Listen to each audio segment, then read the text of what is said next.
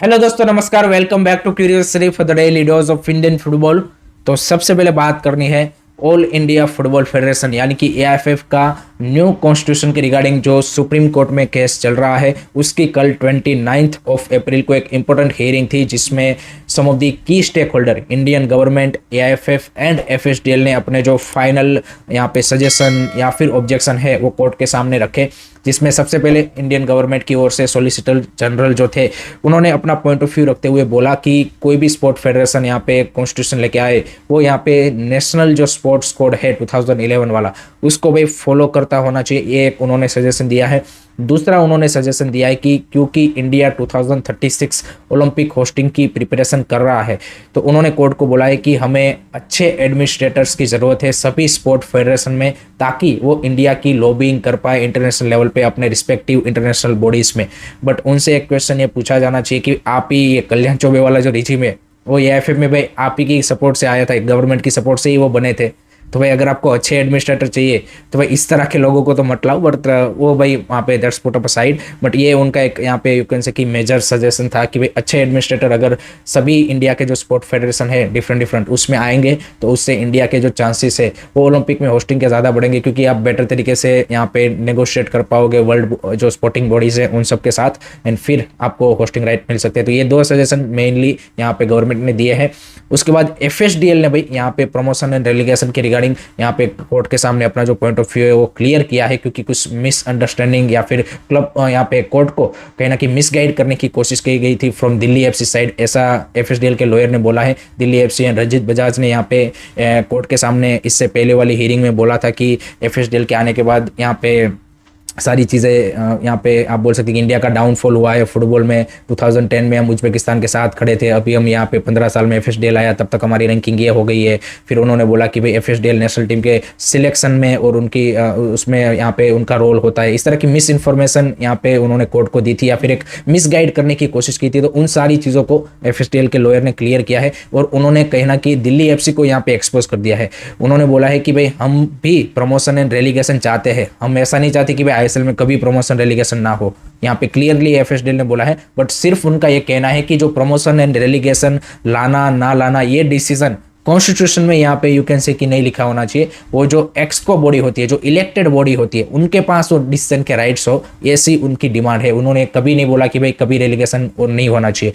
दूसरी चीज़ उन्होंने क्लियर की कि भाई दिल्ली एफसी बोल रहा है कि आईएसएल में प्रमोशन रेलीगेशन होना चाहिए। उन्होंने खुद इस सीजन आई लीग को लेटर लिखा है कि आई लीग में इस सीजन रेलीगेशन नहीं होना चाहिए, क्योंकि खुद दिल्ली एफसी हम सबको पता है कि इस सीजन आई लीग से रेलीगेट हो गया है। तो एक तरफ आप आईएसएल में बोल रहे हो कि प्रमोशन रेलीगेशन हो, दूसरी साइड आप अपनी यहाँ पे जब रेलीगेशन की बात आई तब आप अपनी लीग को लिख रहे हो कि भाई रेलीगेशन नहीं होना चाहिए। तो ये कहीं ना कहीं उनका ये दोगलापन यहाँ पे उन्होंने एफएसडीएल ने अपनी तरीके से एक्सपोज करने की कोशिश की है।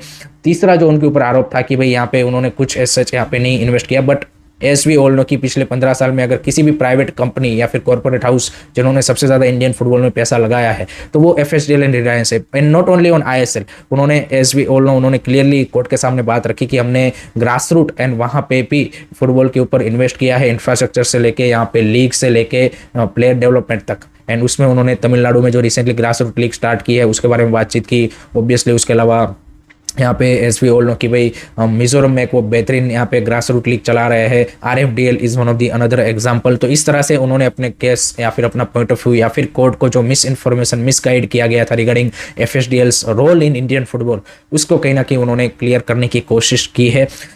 तीसरा जो पार्टी था वो था एआईएफएफ, एंड उन्होंने भी सरप्राइजिंगली एक नई चीज़ लेके आए हैं। तो उन्होंने यहाँ पे डेलोटी की ओर से एक फॉरेंसिक ऑडिट रिपोर्ट यहाँ पे किया गया है। Deloitte as we all know is a big firm and उन्होंने यहाँ पे प्राइवेट कंपनी है, उन्होंने ऑडिट किया है एआईएफएफ का फॉरेंसिक ऑडिट। एंड वो यहाँ पे उन्होंने सील पैक कवर में सुप्रीम कोर्ट को एआईएफएफ के लॉयर ने यहाँ पे दिया है और उनको यहाँ पे यू कैन से की रिक्वेस्ट की है कि आप इस सील पैक जो कवर है ऑडिट रिपोर्ट है एआईएफएफ की उसमें जो भी इंडिविजुअल के यहाँ पे यू कैन से कि उनकी ओर से जो भी फाइनेंशियल या फिर वॉट एवर वे में यहाँ पे एआईएफएफ में गड़बड़ हुई है उसके नाम आप कोर्ट के सामने यहाँ पे पब्लिक के सामने रखिए। So this is going to be now interesting. अभी तक कोर्ट ने ये नाम रखे नहीं है, बट लेट्स सी ये ऑडिट रिपोर्ट में कौन कौन से ऐसे इंडिविजुअल है कि जिनकी भाई यहाँ पे मिसमैनेजमेंट के नाम निकल के आते हैं। बिकॉज पिछले 2.5 साल में हमने देखा है कि एआईएफएफ की फाइनेंशियल मिसमैनेजमेंट तगड़ी हुई है, चाहे वो इगोर स्टिमेज का केस ले ले या फिर कई सिलेक्शन आप ले ले बाकी कोचेस की,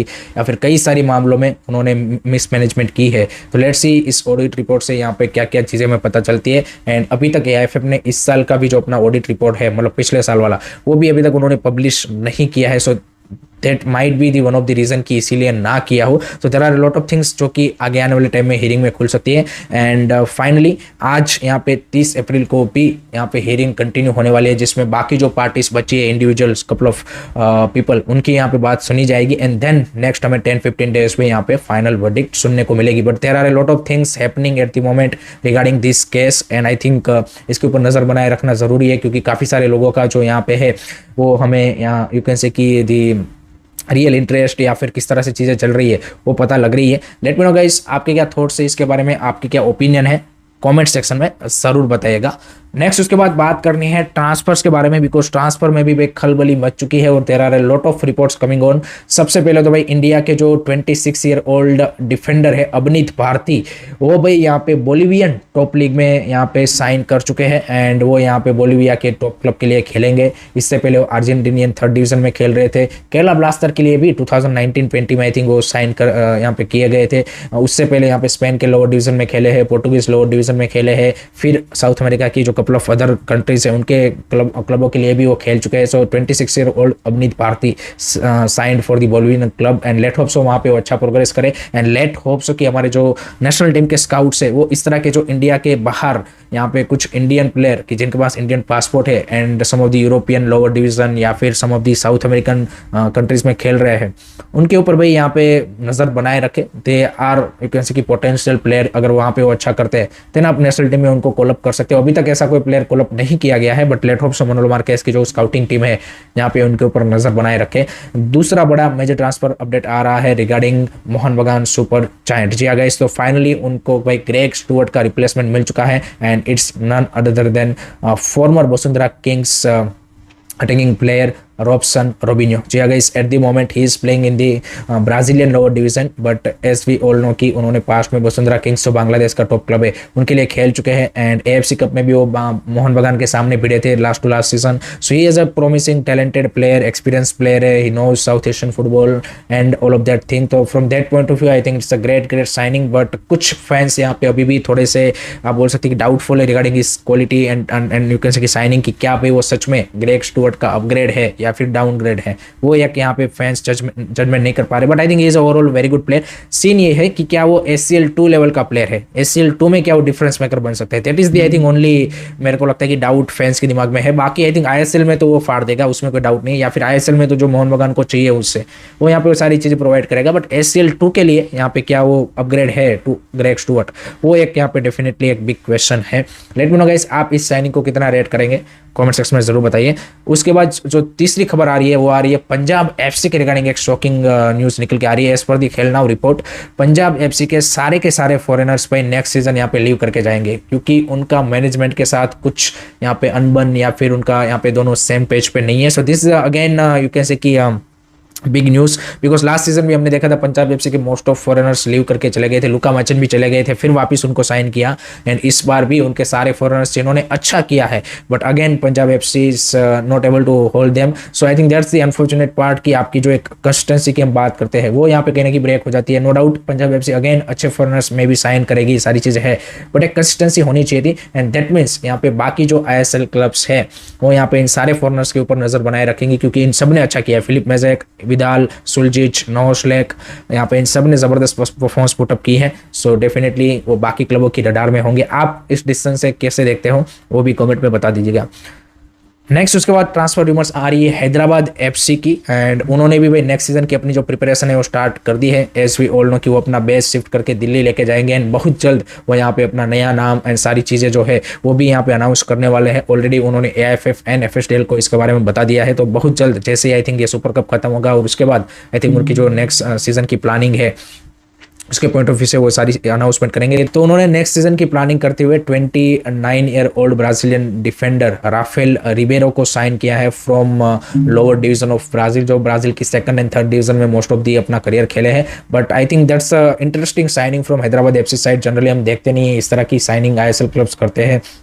most of the you can से नॉन प्लेयर और ए लीग और उन सब के ही प्लेयर लाते हैं, but I think that's a good to see. And दूसरा उन्होंने जो आल्बा है, एल्ड्रे आल्बा इस सीजन जो उनके लिए खेल रहे थे, अनदर ब्राजीलियन डिफेंसिव मिडफील्डर, उनको उन्होंने नेक्स्ट सीजन के लिए भी कंटिन्यू करने का यहाँ पे यू कैन से डिसीजन लिया है। बाकी आई थिंक जो उनके फॉरनर्स है शायद उनको वो यहाँ पे कंटिन्यू नहीं करेंगे, जिसमें सेपिच और पोलिस्ता और वो सब आएंगे, बट यहाँ पे 2 ब्राजीलियन एट द मोमेंट उनकी यू कैन से नेक्स्ट सीजन की प्लानिंग के पॉइंट ऑफ व्यू से यहाँ पे उन्होंने फाइनलाइज कर लिया है। लेट्स सी बाकी आगे की साइनिंग किस तरह की हैदराबाद एफसी की रहती है, वो भी देखना इंटरेस्टिंग बन जाता है। नेक्स्ट उसके बाद बात करते हैं आज खेले जाने वाले कलिंगा सुपर कप के 2 इंपॉर्टेंट सेमीफाइनल के बारे में, जहां पे फर्स्ट सेमीफाइनल में मोहन बगान टेक ऑन करेगी गोवा को एंड एसवी ओल्नो की मोहन बगान की बी टीम खेलेगी। लेकिन जिस तरह से उन्होंने केरला ब्लास्टर के सामने परफॉर्मेंस पुटअप की थी, उससे डेफिनेटली हम ये तो एक्सपेक्ट कर सकते कि they are gonna give tough fight to this experience strong FC Goa side. No doubt on paper या फिर at the moment before the match आप बोलेंगे कि थोड़ा सा एडवांटेज गोवा को है, but I think this Mohun Bagan B team can surprise them,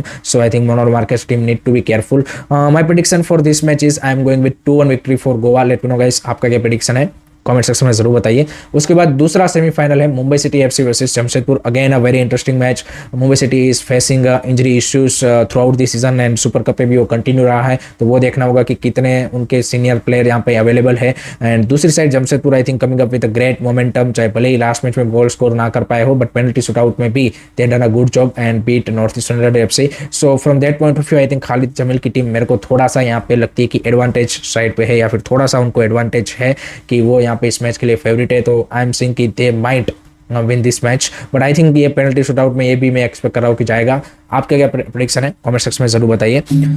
उसके बाद भाई प्रीमियर लीग ने यहाँ पे इंडिया में मुंबई में अपना जो रीजनल ऑफिस है वो यहाँ पे ओपन किया है टू यू कैन से कि increase the more fan engagement and the football growth, because as we all know कि भाई प्रीमियर लीग का एक बड़ा मार्केट या फिर बड़ा फैन बेस इंडिया में है। So after Singapore, Beijing and New York, ये यहाँ पे उनका I think 4th regional office है आउटसाइड यू कैन से कि यहाँ पे यूके, एंड वो चाहते हैं कि आगे आने वाले सालों में और ज़्यादा बेटर तरीके से फैन एंगेजमेंट हो पाए, एंड जो उनके यहाँ पे रीजनल ब्रॉडकास्टर है जियो हॉटस्टार के साथ मिलके और ज़्यादा वो यहाँ पे इस तरह की एक्टिविटीज़, उस तरह के यहाँ पे इनिशिएटिव, उस तरह की यहाँ पे मार्केटिंग जो भी प्रमोशन है वो लेके आए कि लोग और ज़्यादा लोग इंडिया में प्रीमियर लीग को देखें। उसके अलावा उन्होंने ये भी बोला कि पिछले 17-18 साल से पार्टनरशिप चल रही है, 2007 से यहाँ पे प्रीमियर लीग इंडिया में इस तरह की पार्टनरशिप लेके यहाँ पे कंटिन्यू किया है। उन्होंने बोला कि 2014 से हमने आईएसएल के साथ भी पार्टनरशिप की है टू यू कैन से कि आईएसएल को और ज़्यादा बेटर तरीके से, प्रोफेशनल तरीके से और उस तरह से यहाँ पे जो भी हेल्प प्रीमियर लीग की ओर से हो पाए वो यहाँ पे हो। एंड उसके अलावा उन्होंने नेक्स्ट जेन कप जो इस साल का होने वाला है उसके लिए भी अनाउंसमेंट कर दिया है कि वो मई मंथ में मुंबई में ही होगा। तो इस बार का जो नेक्स्ट जेन कप है वो मुंबई में होगा, जहाँ पे प्रीमियर लीग के कुछ क्लब्स की अंडर 19 टीम आएगी एंड वो टेक ऑन करेगी यहाँ पे जो आरएफडीएल टीम है ऑफ मोहन बगान, यहाँ पे जमशेदपुर एंड गोवा। तो इस तरह से सारी प्लानिंग उनकी भी यहाँ पे अनाउंसमेंट हुई है। नेक्स्ट उसके बाद बात करनी है चेन्नई एफसी एंड जो इंग्लैंड का सेकंड डिवीजन क्लब है नॉर्विच सिटी एफसी, उनके दोनों के बीच में एज वी ऑल नो कि लास्ट ईयर एक स्ट्रेटेजिक पार्टनरशिप हुई थी और उसके यहाँ पे 1 साल कंप्लीट होने पे दोनों क्लबों ने रिसेंटली प्रेस कॉन्फ्रेंस की थी, जहाँ पे उन्होंने आगे के जो प्लान है उसके बारे में बातचीत की और पास्ट 1 ईयर में क्या काम किया गया है उसके बारे में भी उन्होंने अपडेट दिया। तो एस वी ऑल नो कि चेन्नई एफसी की जो अंडर 12 टीम थी वो यहाँ पे नॉर्विच सिटी के मीना कप खेलने गई थी यूके में, एंड वहाँ पे उन्होंने लिवरपूल, इंटर मिलान और उस तरह की जो क्लब्स के अंडर 12 टीम्स है उनके सामने खेला था, एक अच्छा एक्सपोजर उनको मिला था। अब उन्होंने आगे की प्लानिंग में बोला है कि बहुत जल्द वो यहाँ पे बड़े अनाउंसमेंट करने वाले हैं, एक्साइटिंग अनाउंसमेंट करने वाले हैं, ये उन्होंने बोला है। बट एक चीज़ और उन्होंने यहाँ पे अपडेट दी है कि जो चेन्नई एफसी के अंडर 23 प्लेयर्स है उनमें से कुछ सिलेक्टेड प्लेयरों को आगे आने वाले टाइम में प्लान कर रहे हैं कि फॉर 4 to 6 वीक्स यहाँ पे इंग्लैंड में, यूके में ट्रेनिंग के लिए नॉर्विच सिटी लिया जाए।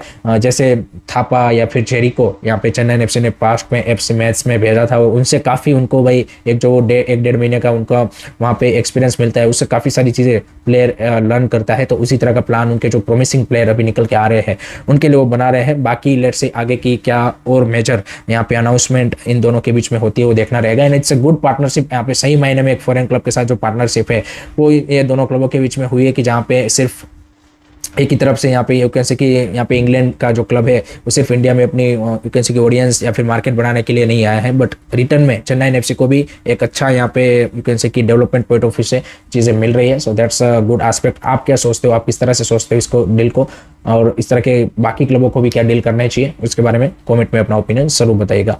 लास्ट में बात करते हैं कल खेले गए एसीएल एलीट के फर्स्ट सेमीफाइनल के बारे में, जहाँ पे अल अहली ने भाई अल हिलाल को 3-1 से हरा के फाइनल में अपनी जगह पक्की कर ली है। आज दूसरा सेमीफाइनल खेला जाएगा रोनाल्डोस क्लब अल नस्र वर्सेस जो जापानीज क्लब है कावासाकी फ्रंटाले, उनके बीच में। तो लेट्स सी वहां पे कौन जीतता है।